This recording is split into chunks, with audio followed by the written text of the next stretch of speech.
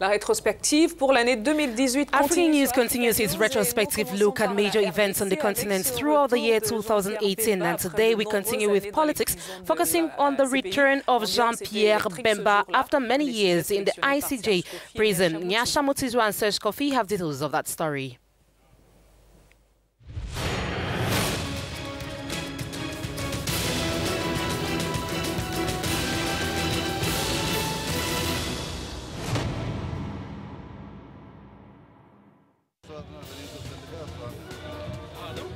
The year 2018 ends with a few notes of change.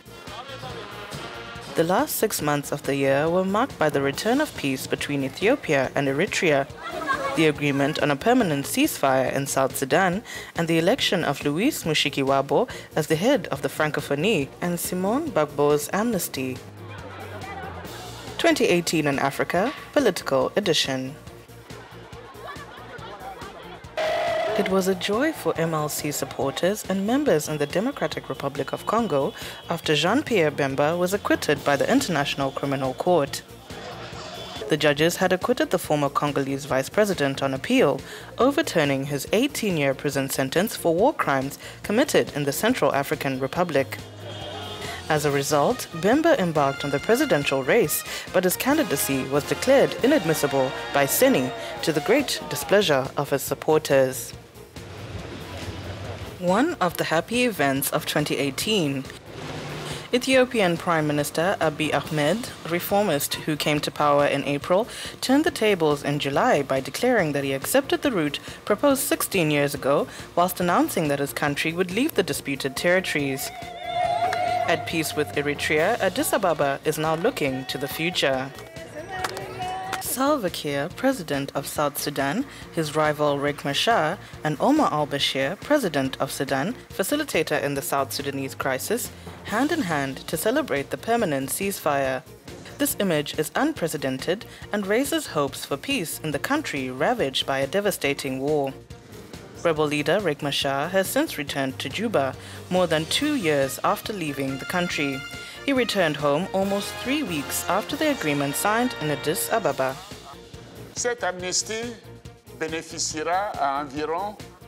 This amnesty will benefit approximately 800 citizens who have been prosecuted or convicted, as well as 300 other detainees who will be released soon. This includes, in particular, Mrs. Simone Gbagbo. A surprise from the Ivorian president. 2 years before the end of his term in office, he announced amnesty to promote national reconciliation. Former First Lady Simone Gbagbo and 2 ministers of the former regime have regained their freedom. This gesture is considered by many as a step towards national reconciliation, despite the creation of a dedicated commission. Former President Laurent Gbagbo has been detained in The Hague for 7 years by the International Criminal Court, which has been charging him since 2016 for crimes against humanity, acts dating back to the post-electoral crisis of 2010 to 2011. The year 2018 was also the year of Kofi Annan's death. He was the head of the United Nations from 1997 to 2006 and was awarded the Nobel Peace Prize in 2001. After his term as Secretary General ended, the Ghanaian continued to work for peace through his Foundation for Sustainable Development and Peace, as well as being a member of the Elders, a group founded by Nelson Mandela to promote peace and human rights. His name will forever remain associated with the United Nations. It is misery in Jos, a town in central Nigeria where more than 200 people have been killed in a dozen villages in the region, where inter-community clashes over access to land are raging. Nigeria is reconnecting with the demons of community differences. The capital of Kaduna State is a city divided in two. The Muslim community is established in the north and Christians in the south.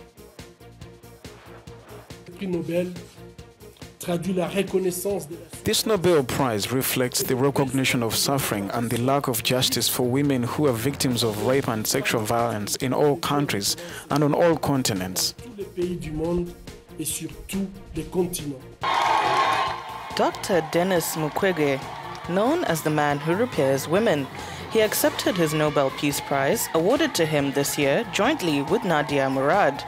This award represents political hope for the DRC, a country suffering from severe tensions. In 2018, we also remember the assignment made by the Francophonie of Louis Mushikiwabo from Rwanda, despite many criticisms. Louis Mushikiwabo was appointed head of the Francophonie of Rwanda, despite criticism of her lack of respect for fundamental rights and the issue of French in Rwanda.